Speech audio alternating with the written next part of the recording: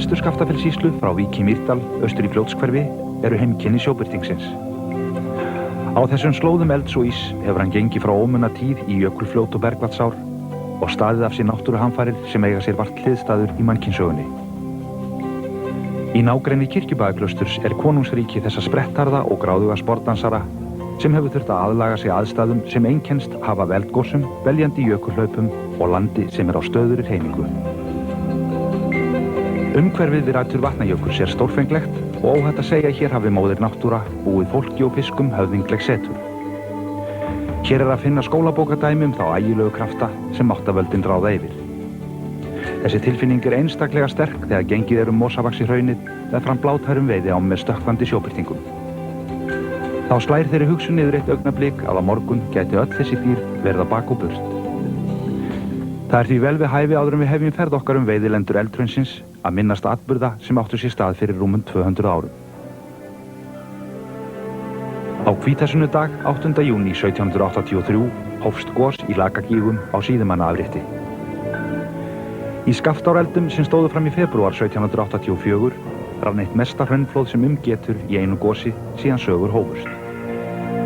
Má lesa það í heimildum þegar hraunflóðið þurrkaði Skaftá upp með sprengingum og gufumyndun og fyllti Skaftárgljúfur sem talið var 37 km langt og 150 til 200 metra djúpt. Þegar hamförunum lauk hafði hraunið runnið 60 km fram í Meðaland og lagt undir sig hartnær 600 ferkílómetra lands. Eldurinn yrði engu sem á vegi hans varð og í einni svipan geriti hann þáverandi heimkynnum sjóbirtingsins.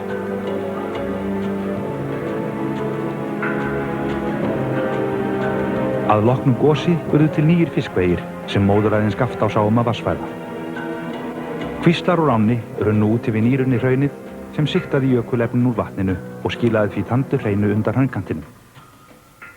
En á sama hátt og Skaftá gat af sér eldhraunsárnar lítur út fyrir hún boði einni endalok þessara fallegu afkvæma sinna. Í nokkuð reglubundnum Skaftárhlaupum flæða kvíslarnar úr farvegum sínum og framburðurinn færir mosavaxi hraunið hægt og bítandi í kaf. Varnargarðar hafa verið gerðir til að verja hraunið og þjóðveginn ágangi Skaftár, en þær aðgerðir hafa orsakað vatnsþurrð í eldhraunsánum og ógna lífríki þeirra eins og dæmin úr eldvatni og nú síðast greinilæg sína.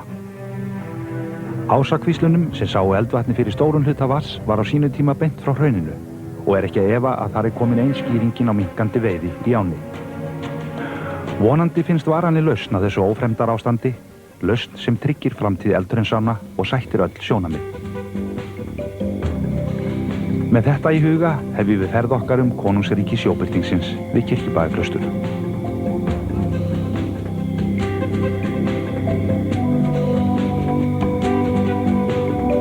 Sjóbirtingurinn er ljósfælinn fiskur.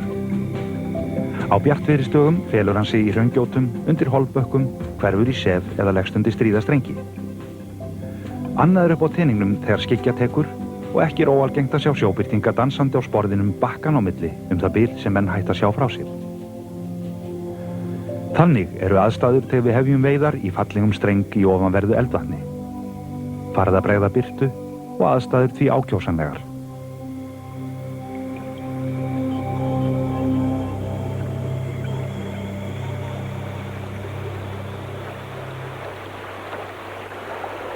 Neðarlega á breiðunni þar sem brotnar á staksteinum kemur hann upp sig.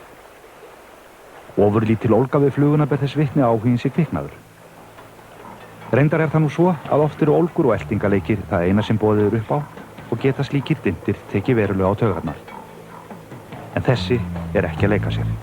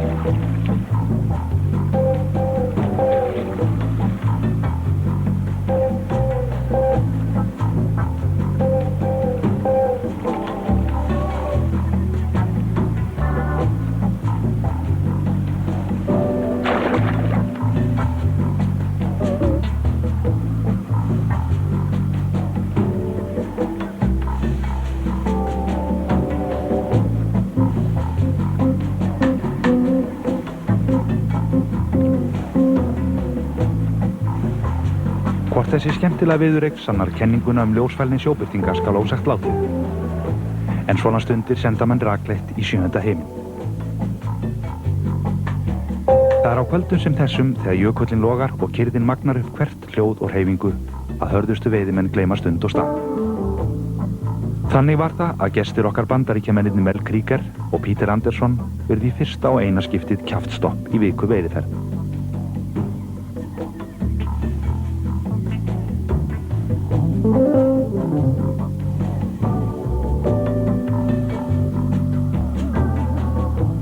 Mel Krieger einn fremsti flugukarsérfræðingur í heimi. Hann hefur á liðnum áratugum ferðast heimshornan á milli og miðlað fróðleiksþyrstum fluguveiðimönnum af þekkingu sinni og reynslu. Eftir hann liggur listilega gerð bók fluguköst og nokkur kennslumyndbönd sem hlotið hafa alþjóðlega viðurkenningu.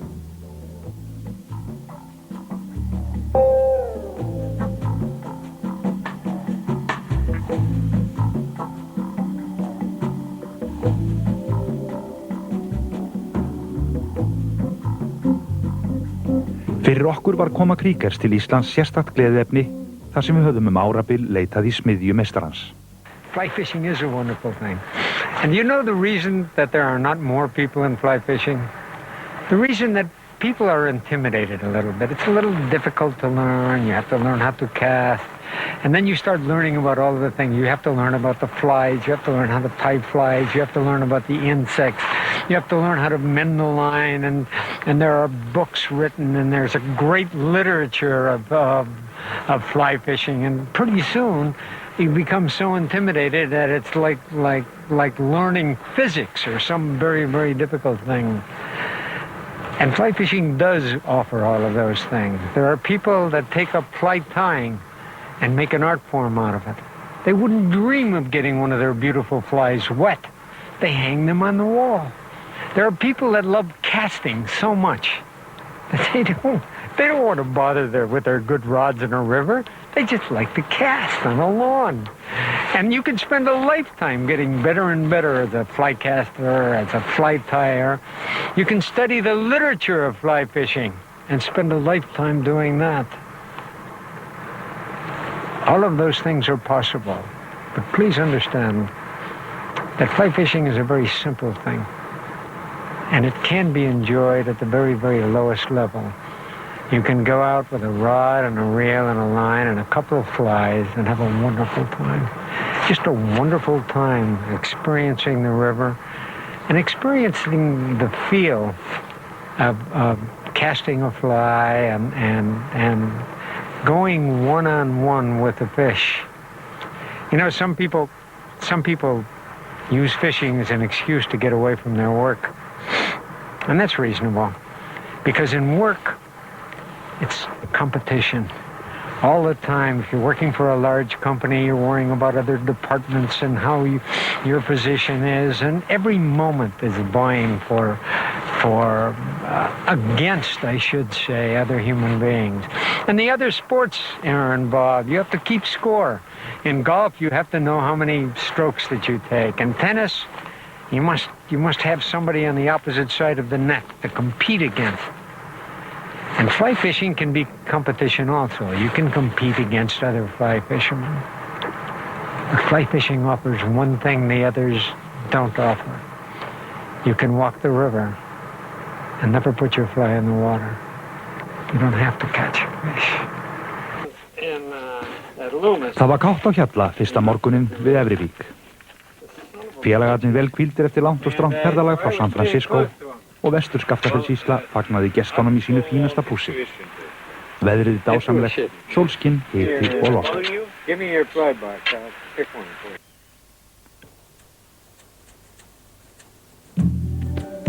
Ferð okkar hófst í Tungulæk. Áin sem hliðar á Greinlækjar sameinar Skaftá neðan Klausturs, en í Tungulæk kemur Hæðalækur og þar hefur bleikjan haslað sér völl. Þó að Tungulækur láti lítið yfir sér oft firnagóð veiði í ánni. Það kemur í hlut gestgjafans að setja í fyrsta fiskinn í ferðinni, fallegan nýgenginn sjóbirting.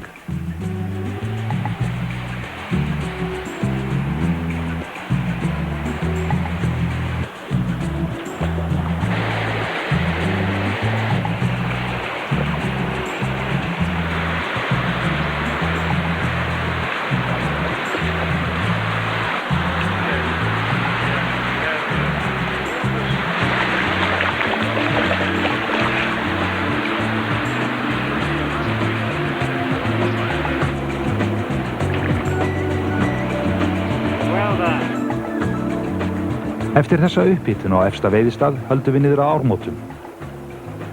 Á þessum fallega veiðistað má segja ákveðnu lífslaupi ljúki. Því hér sameinast Tungulækur skapara sínum, móðuræðinni Skaftá. Þarna mætast tært vatn og skolað, en slíki staði virðast verið í sérstöku uppáhaldi sjóbirtinga, enda jökulvatnið kjörinn felustaður. Þetta kemur allt heim og saman því Krieger setur strax í fallegan sjóbirting í vatnaskílunum. Yeah. Nice fish.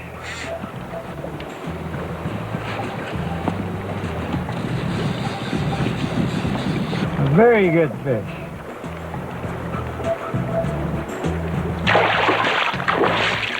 Come on, big fish.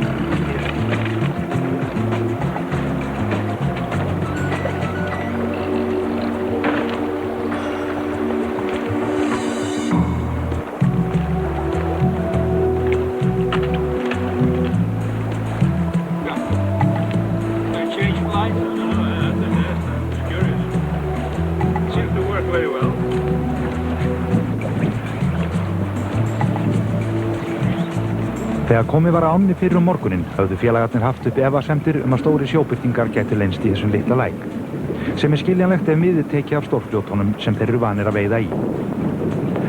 Snaggaraleg takan og kengboginn Peters eyði slíkum hugsunum og við sem sögðum gestum okkar sögur af risafiskum á leiðinu austur öndum léttar.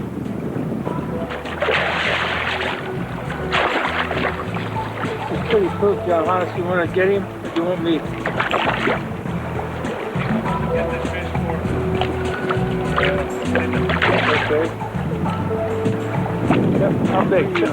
Það er rétt eins og þessi stóri fiskur skynji að hér hafa hann hitt ofjart sinn, því ólíkt sjóbirtingum sem eru yfirleitt meira eða minna í loftinu, þá leggst þessi höfðingi þungt í, tekur nokkra kröftuga rokur og er síðan allur.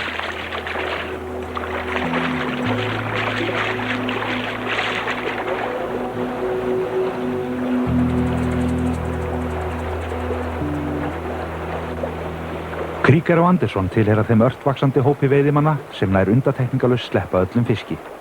En eftir nokkra fortölur og hástemmd loforð glæsilega veislumáltíð gefa félagarnir eftir og þessi 14 punda fallegi hængur endar lífsitt.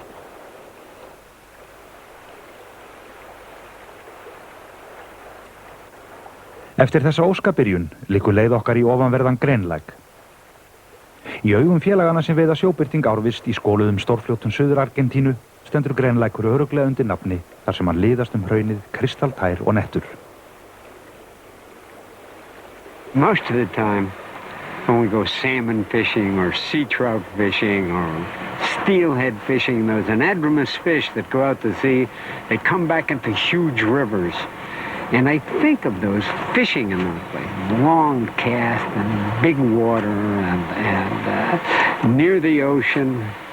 But this little stream, it's like a tiny little trout stream. It's beautiful. We can use a light little rod, and the fact that these huge fish are here, 5-6 kilo fish, incredible. This is an exciting experience for me.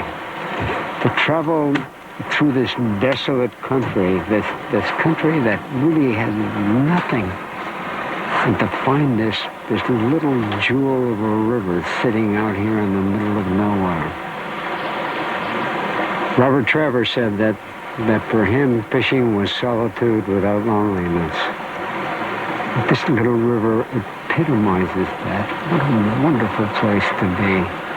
What a wonderful place to spend a day with a rod in hand and walk and fish the river.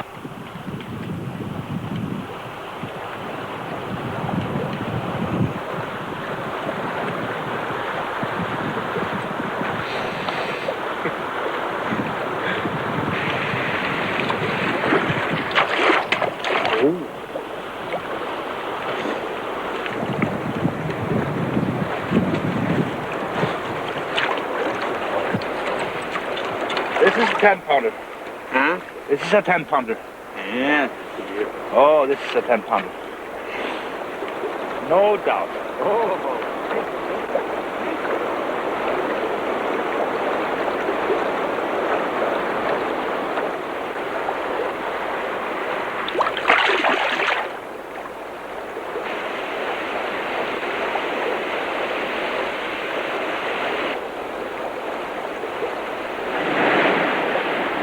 Við færum okkur nú neðar í ána og reynum fyrir okkur í fossinum.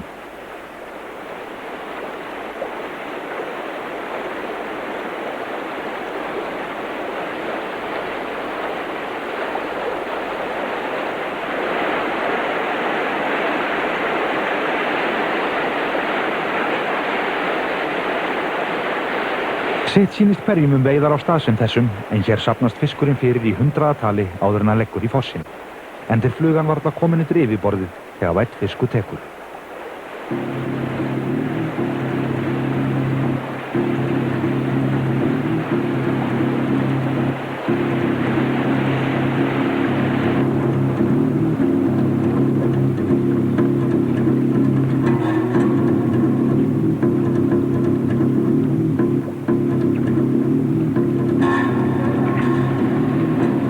Double figure. This is a double figure. Fish.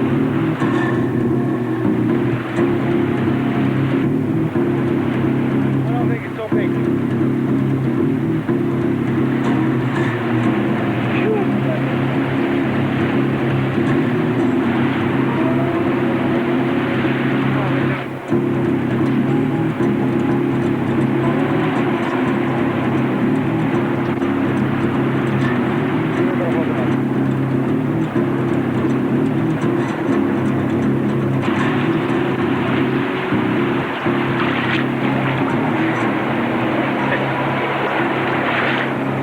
What a fight. Got a lot of small seatbelts. Right? Yeah. Put him back. Yeah, these two. Ooh.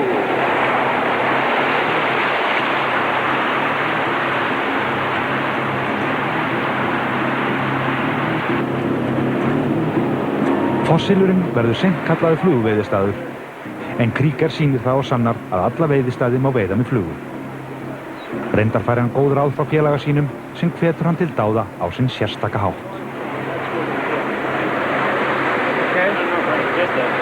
What do you mean you get that far? Fuck, that's nothing. Oh, I can get that far, but I don't know if on this angle. I've thrown a couple.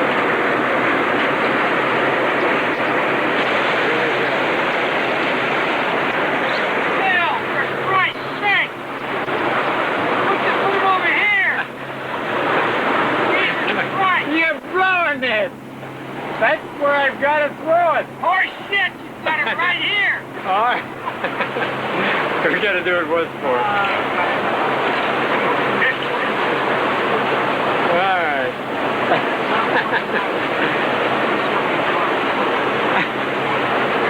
Okay.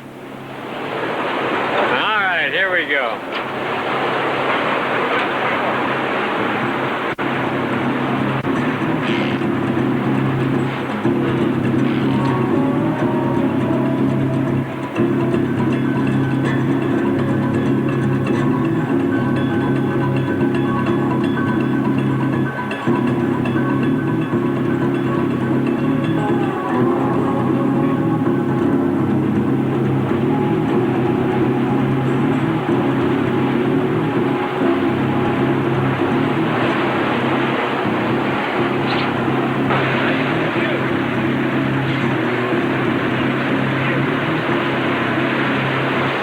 That is a good fish, my friend. Come on up, young lady. I want to see you.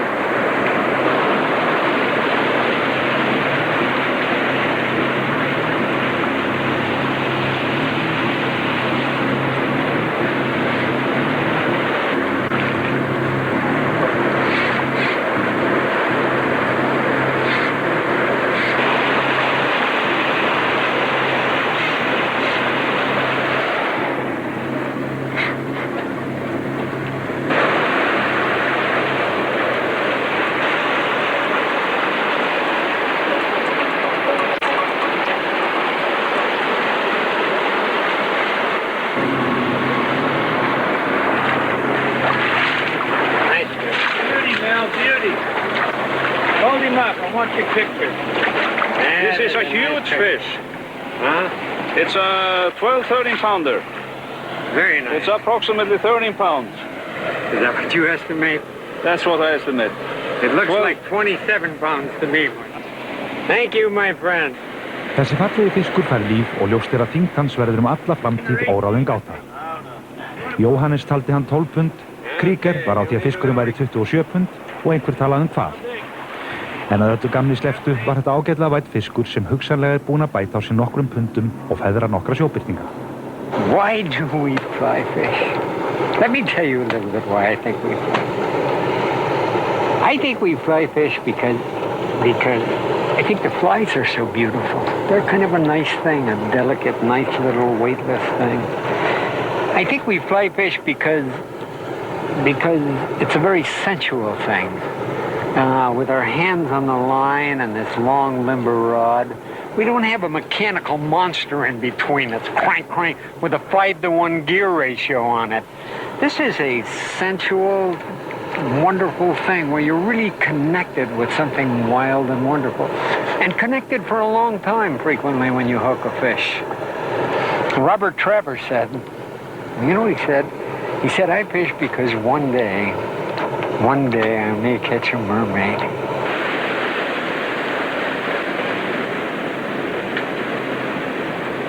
Þurrfluguveiðar að margra áliti hápunktur veiðana og hreinræktaðir þurrfluguveiðimenn telja það höfuðsynd að veiða með öðru agni.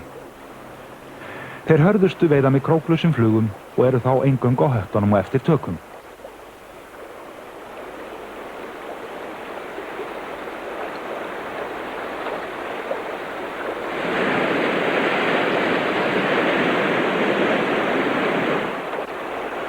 Nákvæmar eftirlíkingar af flugum og fiðrildum eru nýttar og jafnvel hafa menn gengið svo langt að nýta mýs og andarunga sem stórir urriðar bæta gjarnan á matseðinni. Bleikjan í Hæðalæk myndi að líkindum seint leggja til atlögu við mús, en listilega nýtt fiðrildi úr boxi Kriegers stenst hún ekki.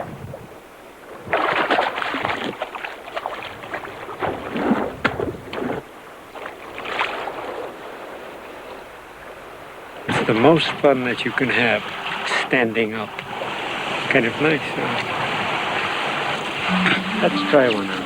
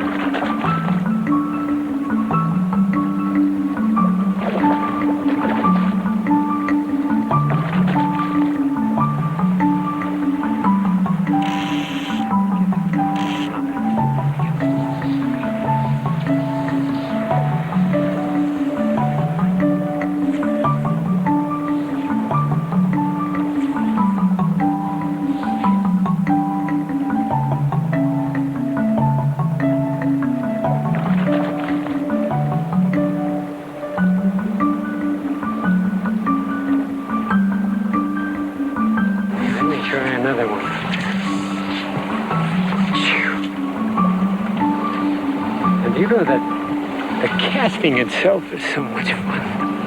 It's called the poetry of fishing. You could call it the dance of fishing.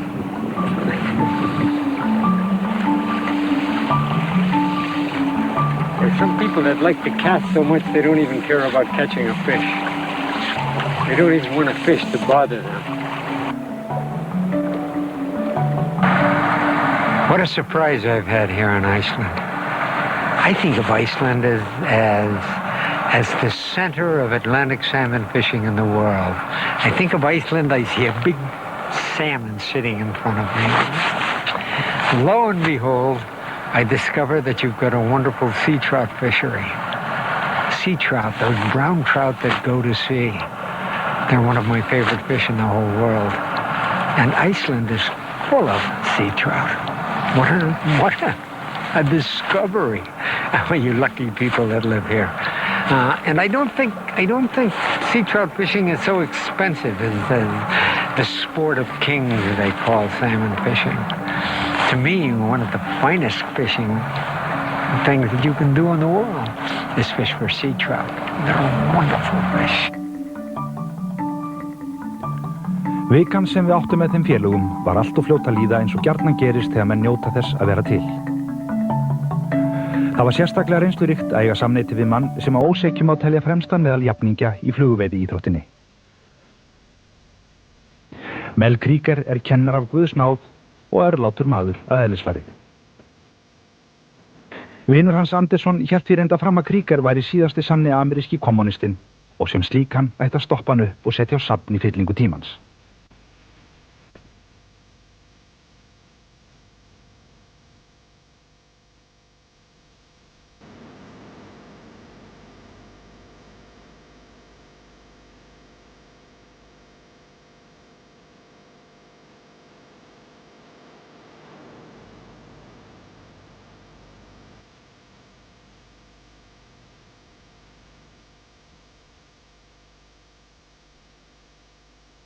Virðing félagana fyrir náttúrunni og umhverfinu kom fram á mjög afgerandi hátt frá fyrsta degi. Það er ekki frá því að hafi komið kindasvipur á okkur þegar Krieger og Andersson fóru að tína upp rusl sem í allt og miklu magni skreytti umhverfi veiðistaðana. Orðlaust gengu þeir til vefs á hverjum stað sem við heimsóttum og aldrei var minnst einu orði á sóðaskapinn.